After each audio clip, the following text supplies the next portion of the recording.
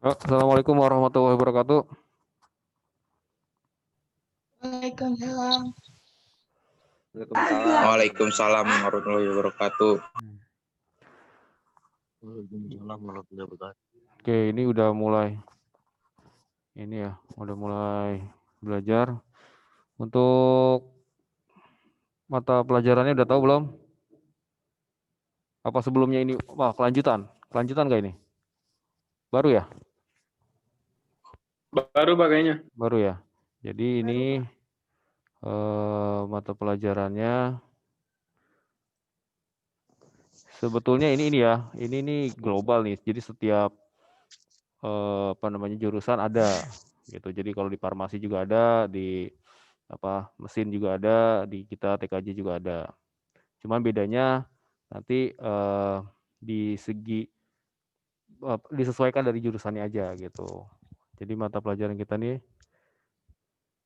di sini produk kreatif dan kewirausahaan. Ya, sebenarnya kayak KWU. KWU kamu ada belajar nggak? Dapat nggak di mata pelajaran umum? Dapat nggak? Kewirausahaan udah dapat belum? Halo? Udah dapat belum kewirausahaan? Belum? Udah belum? Halo? Tes? Halo? Dengaran nggak suara saya? Ini jawab.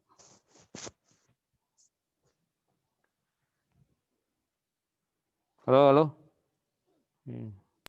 Halo Pak. Ya, KWU udah belajar belum? Iya Pak.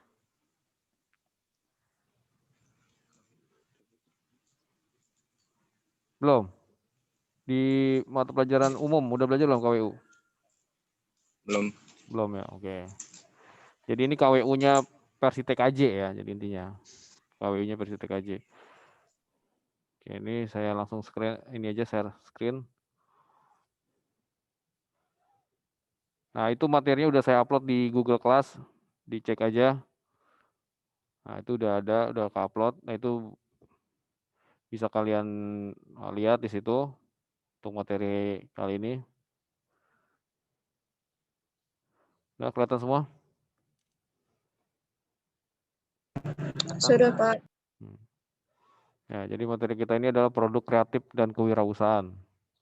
Ya, jadi produk kreatif yang di sini adalah kita pelajari produk kreatifnya yang jurusan kita TKJ-nya. Kira-kira ada nggak sih yang bisa dihasilkan dari jurusan kita TKJ? Gitu. Kalau nanti kamu kuliah, nanti ada mata kuliah yang namanya teknopreneur. Nah, ini mungkin kelanjutannya dari produk kreatif dan kewirausahaan. Gitu. Jadi intinya di produk kreatif dan kewirausahaan ini kita belajar gimana caranya buat produk atau jasa di bidang jurusan yang kita ambil TKJ dalam hal ini. Gitu. Ada nggak sih peluang-peluang usaha bisnis dari jurusan kita gitu? Apakah jurusan TKJ hanya jadi pekerja aja gitu? Atau bisa juga jadi wirausaha, bisa nggak? Nah, ini yang kita akan bahas. Jadi di menu utama ini karena kalian juga belum belajar kewirausahaan, jadi kita belajar dulu pengertian dari wirausaha itu apa, karakteristik wirausaha itu apa. Yang ketiga, memahami sikap dan perilaku wirausahawan. Ya. Oke. Ya. KD 31 memahami sikap dan perilaku kewirausahaan. Ya, indikator pencapaian kompetensi, menjelaskan pengertian wirausaha dan kewirausahaan, menjelaskan karakteristik wirausaha. Nah, ini yang nanti akan jadi tugas, ya. Ya, menjelaskan kewirausahaan dan wirausaha dan kewirausahaan. Nah, ini kira-kira beda apa enggak nih antara wirausaha dan kewirausahaan. Terus bagi menjelaskan karakteristik wirausaha. Karakteristik itu sifat-sifatnya dari wirausaha. Ya, jadi ada wirausaha, ada kewirausahaan. Nah, nanti itu apa bedanya? Kita lihat. Jadi renungannya, pernahkah Anda berpikir setelah lulus dalam suatu jenjang pendidikan formal, apa yang Anda lakukan? Nah, kira-kira nih, baru kelas 2. Nanti kelas 3 cepet waktu tuh. Nah, ketika udah lulus, yang di pikiran kita ngapain sih? Gitu. Langsung kerja kah? Gitu. Atau mau usaha coba-coba? Atau mungkin yang ceweknya mau nikah langsung? Kalau cowok jangan lah ya. Terus atau mau kuliah? Nah, itu semua yang harus kita planning nanti setelah lulus. Nah, yang kita bahas di sini, bisa nggak nih setelah lulus sekolah ya dengan pengalaman yang nggak ada gitu, tapi kita bisa nggak untuk masuk ke dunia wirausaha atau kita mau bisnis. Oke, lanjut.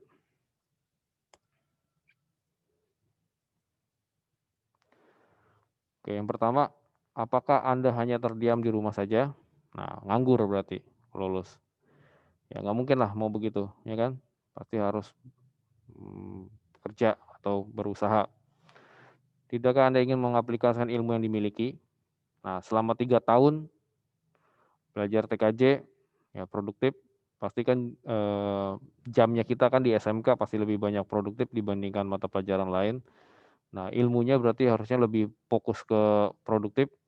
Nah, kira-kira yang kita belajar dari 1, 2, 3 ini bisa nggak diaplikasikan? Ataukah selama 3 tahun kosong, lupa sama sekali? Nah, ini berarti nggak bisa, kalau misalnya kosong, lupa ya nggak bisa mengaplikasikan ilmu yang kita miliki ya. Jadi mumpung masih kelas 2 ya, saya pernah bilang, mumpung kelas 2 harus banyak belajar. Tuh, tadi banyak yang WA saya, "Pak, saya maaf nggak bisa ikut ini materi Bapak, saya nggak ada kuota, saya lagi ngantor orang tua, saya lagi apa," gitu. Ya, ini kan udah konsekuensi ya, kalau belajar karena sekarang PJJ, ya gimana caranya harus ikut, gitu. Ya kalau misalnya lagi berhalangan banget ya, kalau berhalangan banget misalnya ada kondisi sakit, atau ada urusan keluarga yang sangat mendesak yang kamu harus ikut, nah itu mungkin masih bisa diwajarkan. Tapi kalau misalnya cuman kondisi-kondisi yang nggak ada kuota, itu tidak diperbenarkan ya, harusnya datang aja ke sekolah. Sekolah ada internet, dengan fasilitas internet yang kencang speed-nya, kalian bisa ikut PJJ di sini. Malah bisa langsung ketemu saya, bisa langsung nanya. Karena saya datang ke sekolah ini. Itu ya, jadi nggak ada alasan untuk nggak bisa ikut materi PJJ ini. Oke, paham ya? Terus, di manakah Anda akan bekerja? Nah, jadi harus sudah di-plan dari sekarang. Kira-kira ilmu yang saya miliki bisa nggak saya ngelamar kerja? Gitu. Ya, dan kira-kira kerja saya di mana? Nah, itu harus sudah di-plan. Berikutnya lagi, apakah Anda ingin bekerja di institusi pemerintah? Atau mungkin mau ke pemerintahan, bisa. Ataukah Anda ingin bekerja karyawan di perusahaan swasta? Nah, sekarang tuh banyak perusahaan startup ya. Masih banyak membutuhkan tenaga-tenaga IT. Nah, itu bisa kalian jadikan kesempatan untuk masuk ke dunia kerja yang benar-benar satu jurusan dengan kalian. Adakah keinginan Anda untuk mulai usaha sendiri atau menjadi wirausaha? Nah, ini yang kita fokusin. Bisa nggak kita lulus jadi wirausaha? Tentunya dengan ilmu yang sudah kita pelajari di kelas 1, 2, 3. Gitu. Oke, lanjut. Nah, pengertian wirausaha ya. Kata entrepreneurship ya. Wirausaha itu disebut juga entrepreneur. Ya, berawal dari bahasa Perancis yaitu entrepreneur yang berarti petualang, pencipta, dan pengelola usaha. Nah, jadi kalau mau gampang, entrepreneur itu apa sih? Sebenarnya orang yang berpetualang, nah orang yang menciptakan dan orang yang mengelola usaha, itu aja. Jadi kalau misalnya ada soal, apa itu entrepreneur? Ya udah itu aja. Orang atau sekelompok orang ya yang mempunyai jiwa petualang, pencipta, dan pengelola usaha. Nah, itu aja jawabannya, nggak usah panjang-panjang, nggak usah ribet-ribet. Nah, itu udah saya benerin. Gitu. Ya, jadi nggak usah panjang-panjang, itu aja cukup. 3 kata itu keywordnya. Terus istilah tersebut diperkenalkan oleh Richard Cartillo 1755. Istilah ini makin populer setelah digunakan oleh pakar ekonomi JBC 1803, menggambarkan para pengusaha yang mampu memindahkan sumber daya ekonomi dari tingkat produktivitas rendah ke produktivitas yang lebih tinggi, menghasilkan banyak lagi. Nah, atau juga boleh juga pengertian wirausaha itu apa? Orang yang mampu memindahkan sumber daya ekonomis dari tingkat produktif rendah ke produktif yang lebih tinggi dan menghasilkan banyak lagi. Nah, itu juga boleh jawabannya itu. Nah, jadi saya ulang lagi, apa itu wirausaha? Wirausaha itu adalah orang atau sekelompok yang berjiwa ya, petualang, menciptakan dan mengelola usaha, atau juga bisa orang atau sekelompok pengusaha yang mampu memindahkan sumber daya ekonomi dari tingkat produktivitas rendah ke produktivitas tinggi dan menghasilkan banyak lagi. Nah, itu juga bisa juga disebut wirausaha. Oke, lanjut. Pengetahuan usaha yang kedua. Wirausaha adalah suatu sikap mental. Nah, ini lebih detailnya lagi. Wirausaha adalah suatu sikap mental yang mendorong seseorang untuk memanfaatkan segala potensi yang ada, baik di diri maupun di lingkungan, untuk dikelola menjadi sesuatu yang bernilai ekonomis demi keuntungan diri sendiri, masyarakat, lingkungan, dan negara. Nah, jadi kalau di sini ditekankan lebih ke kita punya apa, kita punya potensi apa. Nah, kita punya potensi, misalnya contoh, kalian punya potensi untuk menggambar. Nah, jago banget nih gambar anime nih, gambar manga, ya, atau gambar gambar seni rupa. Nah, kalian tahu bahwa saya punya kemampuan itu.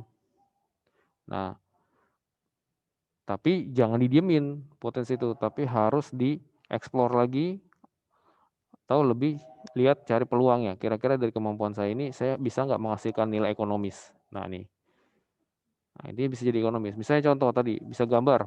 Oh, saya bisa buat karakter cerita gitu. Nah, itu bisa saya buat karakter cerita, akhirnya saya jadiin film kartun misalnya. Nah, itu juga bisa jadi nilai ekonomis. Atau saya bisa jadi buat sketsa wajah gitu. Nah, itu juga nanti saya jual, nanti jadi bisa nilai ekonomis. Nah, jadi intinya potensi yang kita miliki harus bisa kita manfaatkan ya, oportunisnya ya, bisa kita jadikan nilai ekonomis. Gitu. Ada untung, ada nilai ekonomi, ada nilai uangnya di situ. Gitu. Jadi kalau selama ini punya potensi didiemin aja sayang gitu. Potensi harus kalian kembangin dan harus bernilai ekonomis.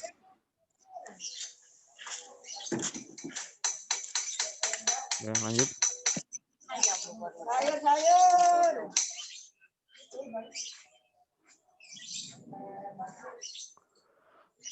Nah, ini karakteristik wirausaha. Ya. Yang pertama, desire for responsibility, memiliki rasa tanggung jawab atas usaha-usaha yang dilakukan. Seseorang yang memiliki tanggung jawab akan selalu mawas diri. Indikator orang yang bertanggung jawab adalah disiplin, penuh komitmen, bersungguh-sungguh, jujur, berdedikasi tinggi, dan konsisten. Nah, ini karakteristiknya ya. Jadi harus punya rasa tanggung jawab. Ya. Jadi wirausaha itu jangan dibuat di awal doang terus ditinggalin. Nah, itu nggak bisa begitu. Wirausaha itu harus penuh rasa tanggung jawab. Apalagi nanti ketika usahanya sudah besar, pasti kita butuh yang namanya pegawai. Nah, pegawai itu adalah tanggung jawab kita. Oke, lanjut.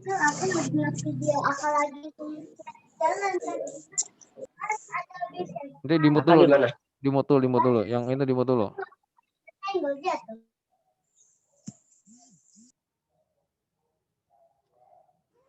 Oke, yang berikutnya ada preference for moderated risk. Lebih memilih risiko yang moderate, artinya selalu menghindari risiko yang baik yang terlalu rendah maupun terlalu tinggi. Seorang wirausaha harus berani mengambil risiko. Semakin besar risiko yang dihadapi, semakin besar pula kesempatan yang meraih keuntungan. Berani mengambil risiko yang telah diperhitungkan sebelumnya merupakan suatu kunci awal dalam dunia usaha, karena hasil dicapai akan profesional terhadap risiko yang akan diambil. Nah, ini yang mungkin yang buat pemula juga susah ya, karena kita harus berani untuk mengambil risiko. Tapi berani di sini dalam artian berani yang harus sudah terhitung, sudah kita kalkulasiin. Contoh gampang, saya mau buka usaha RT RW Net, ya.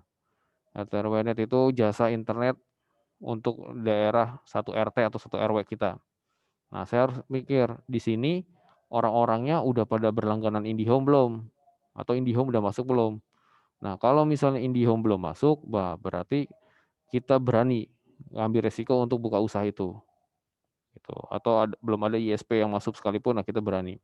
Tapi jika udah ada yang masuk, ya IndiHome atau apa, Persmedia atau apa, nah berarti resikonya sudah mulai besar. Nah, beranikah kita untuk menjadi pesaing dari IndiHome atau Persmedia ketika di daerah kita sudah ada usaha itu, ISP itu, gitu, RT/RW-net itu. Nah, itu harus kita kalkulasi. Kok berani aja Pak, karena kita berani menawarkan harga yang lebih rendah daripada IndiHome. Nah, oke, itu berani, kita bisa mau buat usaha RT/RW-net. Tapi kalau misalnya kita harganya mungkin lebih mahal daripada IndiHome, wah saya rasa itu jangan begitu gitu, kita jangan berani begitu, karena pasti orang akan mencari yang lebih murah gitu. Atau kita bisa boleh aja kita harga lebih mahal tapi punya kualitas layanan yang lebih baik daripada IndiHome atau daripada ISP lainnya gitu. Nah, itu bisa aja begitu. Ya, jadi harus terukur resiko yang kita akan hadapi ketika kita mulai usaha itu. Ya, jadi kita harus pintar membaca apa aja kira-kira resiko-resiko itu, dan kita udah kalkulasi resiko-resiko itu, baru kita bisa eksekusi. Gitu. Lanjut. Nah, berikutnya adalah confidence in the entire ability to success. Memiliki kepercayaan diri untuk memperoleh kesuksesan. Kepercayaan diri merupakan suatu panduan, sikap, dan keyakinan seseorang dalam menghadapi tugas atau pekerjaan. Dalam praktik, sikap kepercayaan ini merupakan sikap dan keyakinan untuk memulai menyelesaikan tugas dan pekerjaan yang dihadapi. Ya, jadi penting untuk punya rasa kepercayaan diri. Ya, dari seorang wirausaha itu harus percaya diri. Percaya diri di sini artinya percaya bahwa kita mampu. Ya, kita punya kemampuan dan kita mampu untuk memulai usaha. Yang berikutnya, kita punya rasa percaya diri. Nanti ketika usaha kita grow up, tumbuh besar, kita punya percaya diri untuk bisa mendelegasikan kerjaan-kerjaan kita kepada bawahan-bawahan kita. Gitu. Ya. Jadi penting seorang usaha itu punya rasa percaya diri. Jadi kalau misalnya belum pede, belum punya rasa percaya diri, belum pede, ya mungkin belum bisa jadi wirausaha. Karena orang wirausaha itu harus punya sikap yang percaya diri. Gitu. Oke, lanjut. Nah, desire for immediate feedback, selalu menghendaki umpan balik dengan segera. Nah, ini kaitannya gini. Jadi ketika kita berwirausaha, kita harus punya peka-peka, ya. Ya, kita harus punya sense kepekaan. Jadi ketika ada sesuatu hal di wirausaha kita bisa tahu. Nah, jadi gini, kalau misalnya dirasa, oh nih dalam sebulan atau dalam setahun kita berwirausaha, kok belum laku-laku gitu dagangan kita atau jasa kita. Contoh ISP tadi ya, RT/RW tadi. Kita dalam setahun ini kok di daerah kita nggak nambah-nambah ini yang berlangganan internet di tempat kita. Nah, kita bisa ngasih feedback ke yang langganan kita. Kira-kira kita kurang apa sih layanan yang kita kasih gitu. Butuh masukan apa sih? Nah, jadi kita harus menanyakan apa yang ada kekurangan dari usaha kita. Jadi kita tahu gitu. Nanti depannya kita perbaiki sehingga kita bisa mendapatkan profit yang lebih baik gitu. Jadi kita nggak bisa ego gitu, nggak bisa, wah ini udah paling benar tindakan kita. Nah, padahal belum tentu. Kita belum tahu kalau kita belum ngasih umpan balik ya ke konsumen kita atau ke calon konsumen kita, atau kita nanya juga ke orang yang udah memulai gitu, apa ada yang salah nggak dari usaha kita, kok selama ini masih begitu-gitu aja. Nah, itu fungsinya dari umpan balik dengan segera. Nah, berikutnya yang ini adalah high level of energy. Nah, ini udah mau habis ya. Nah, jadi 10 menit lagi mau habis nih, saya terakhir, memiliki semangat dan kerja keras untuk mewujudkan keinginan demi masa depan yang lebih baik. Nah, yang keenam, future oriented, berorientasi serta memiliki perspektif keuangan jauh ke depan, arah pandangan seorang usaha harus berorientasi ke masa depan. Nah, intinya nanti kita harus memiliki progres ke depannya apa. Setelah melakukan ini berhasil, terus melakukan inovasi apa lagi, biar usaha kita jangan kalah dengan yang lainnya. Oke. Ini sampai 7 aja, karena ini udah mau habis, 10 menit lagi habis.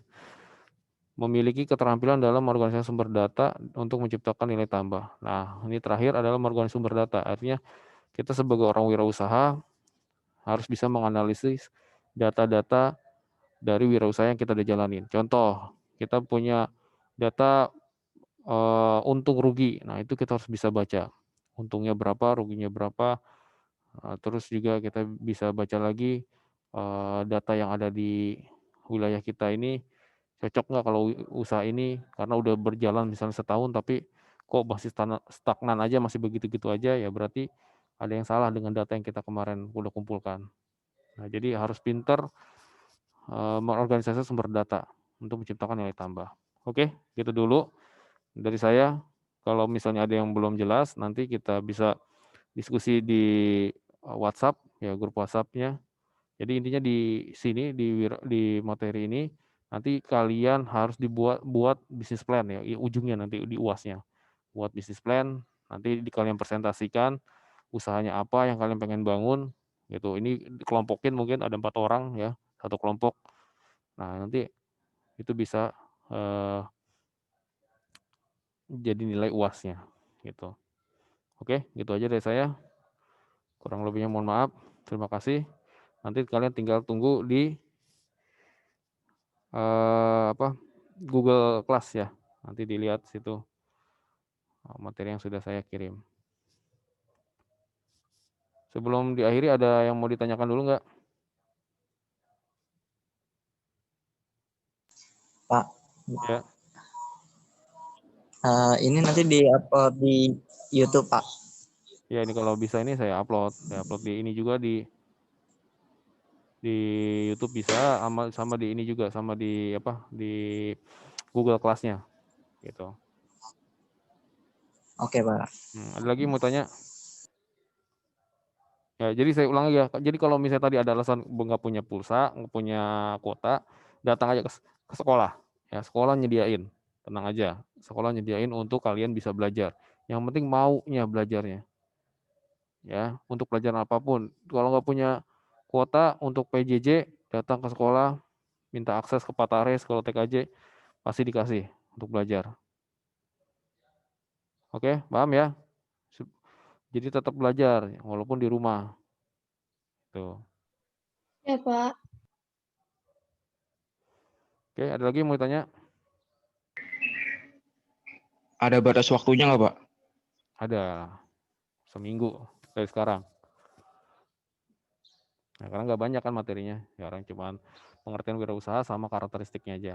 Nah, cuman itu aja. Kan tadi sampai 7. Jadi kalian jelasin lagi. Kan itu ada penjelasannya. Nah, kira-kira yang kalian tangkap tuh dari penjelasan itu, dari penjelasan yang ada di slide sama yang saya jelasin apa gitu. Saya rangkumannya gitu. Jadi tadi misalnya wirausaha itu harus percaya diri. Nah, percaya diri yang kalian tangkap dari materi dan dari yang saya penjelasin itu apa? Gitu. Jadi kalian bebas berpendapat di sini. Gitu. Dari pengertian itu pendapat kalian kayak gimana? Gitu. Percaya diri, maksud kalian percaya diri seperti apa? Gitu. Ya, bisa jadi kalian bertolak belakang sama saya nggak apa-apa gitu. Mungkin Pak menurut saya percaya diri di sini. Karena dari penjelasan itu ini alasannya gitu. Paham ya? Jadi di sini saya pengen kalian lebih bisa menangkap materi dengan gaya kalian sendiri, dengan style kalian sendiri gitu. Jadi saya di konsep wirausaha ini saya ini hanya sebagai media aja, media pengantar aja, bukan mencetak kalian. Wirausaha itu kita sendiri yang nyetak gitu. Jadi nggak ada rumus wirausaha di setiap pelajaran wirausaha itu nggak ada rumusnya. Ada itu cuma dasar-dasarnya sama landasan-landasannya aja gitu. Nggak ada rumus pastinya. Karena setiap orang, kesuksesan setiap orang itu punya caranya tersendiri-sendiri gitu. suksesnya misalnya pengusaha si Pak Hairul Tanjung gitu, Pak CT, itu pasti beda dengan pengusaha misalnya Pak Haris Tandu Sudibyo. Nah, itu pasti beda.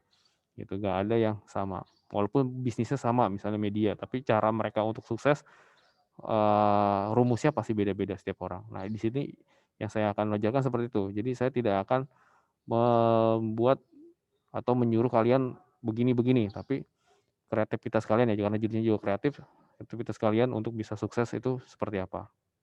Oke, paham ya? Jadi itu ya. Jadi dari tadi 7 karakteristik itu kalian simpulin menurut yang satu itu apa, yang kedua itu apa, maksud menurut kalian, yang ketiga apa, sampai ke-7 itu apa.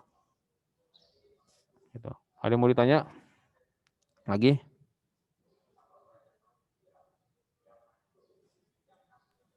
Nggak ada, Pak. Nggak ada ya? Enggak, Pak. Oke, karena ini juga kita pakai terbatas ya, karena ini banyak teori, nggak ada prakteknya, malah paling nanti prakteknya ketika buat bisnis plan. Nah, itu juga kelompok. Nah, baru kita praktek di situ. Nah, di sini kita belum ada praktek teori. Kalau nggak ada pertanyaan, saya akhiri ya. Terima kasih atas waktunya. Assalamualaikum warahmatullahi wabarakatuh.